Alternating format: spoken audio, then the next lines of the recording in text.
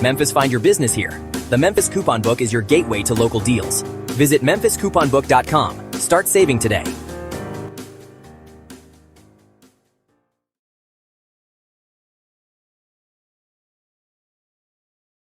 You know what's the real difference between a brilliant business idea and a disastrous one? Sometimes it just comes down to the numbers on a spreadsheet. Today, we are digging into a real-world business plan that, on the surface, looked like a guaranteed win. We're going to deconstruct it piece by piece and see what happens when a great concept collides with cold, hard financial reality. So, the whole thing really starts with this one super ambitious question. Could you actually build a modern media empire using something as simple as coupons? The people behind this plan definitely thought so, and they had a very specific place in mind where they were going to make it all happen. And that place was Memphis, Tennessee. Now, if you just look at the data, it seemed like the perfect spot. The business plan laid out this whole case for why Memphis had all the right ingredients for a new advertising business to totally crush it. Let's see why they thought that. First off, let's just talk about the sheer scale here. You're looking at a metro area with more than 1.3 million people and over 500,000 households. That is a huge, stable base of consumers. For any ad business, those are the kinds of numbers that make you sit up and pay attention. But it gets even better when you start looking at who has the money. See this big slice of the pie right here? Almost 20% of all the households in Memphis were in that $50,000 to $75,000 income range. For a business built on coupons, that is the absolute sweet spot. Why? Well, think about it. These are families who are out there spending money, but they're still looking for a good deal. They are your prime audience for discounts. And this wasn't just about finding customers to use the coupons. The plan also zeroed in on a giant pool of businesses to buy the ads. With over 1,100 restaurants and 1,200 retail stores, there was no shortage of potential clients who needed to get their message out to all those families. So from every angle you looked at it, the market opportunity just seemed rock solid. Okay, so you've got a great market. That's piece number one. The next piece of the puzzle is the plan itself, the business model. And this wasn't just some simple little coupon book. No, this was a really sophisticated hybrid strategy built for today's market.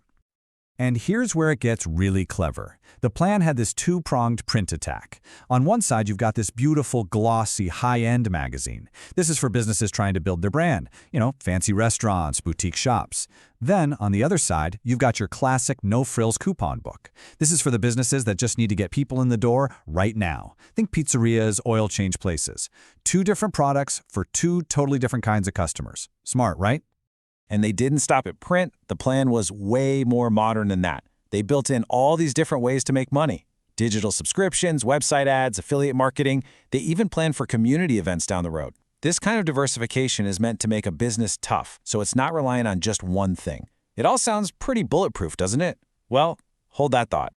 See, every great plan eventually has to face the real world. And the reality in Memphis was that this was a crowded market. Our new venture wouldn't be walking into an empty stadium. It would be stepping into the ring with some serious heavy hitters who are already there. And the biggest opponent? Valpak.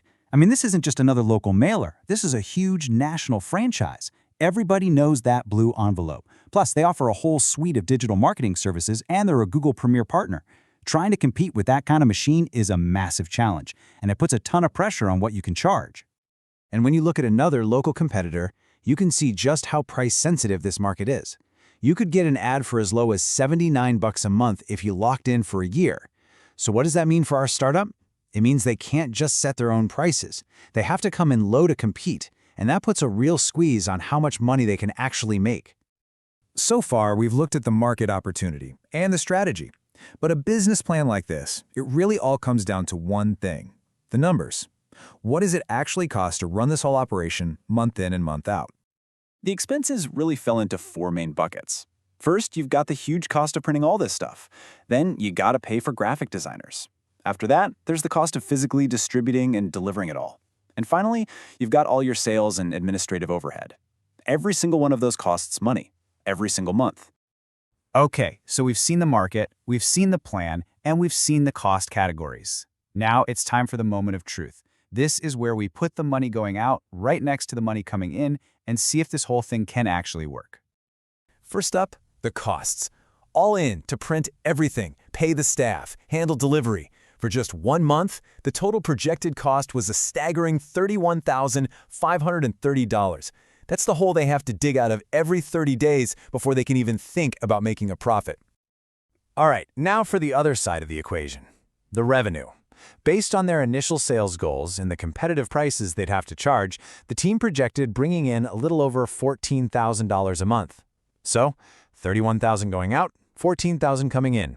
I think you can see where this is headed.